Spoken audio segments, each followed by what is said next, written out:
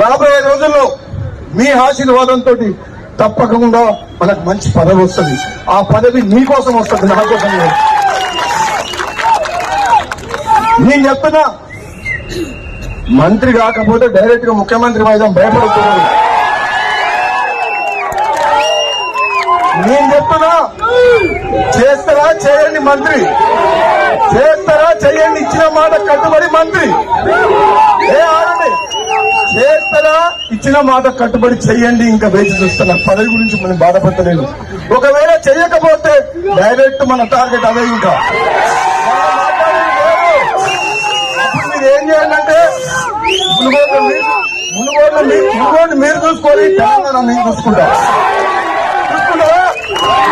మునుగోడు చూసుకుంటారా? తెలంగాణ నేను జెండా ఎగరేయాలా? సమయం వచ్చినప్పుడు అది కూడా టైం వస్తుంది.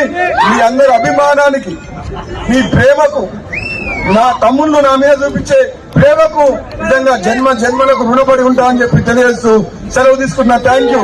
జై కాంగ్రెస్.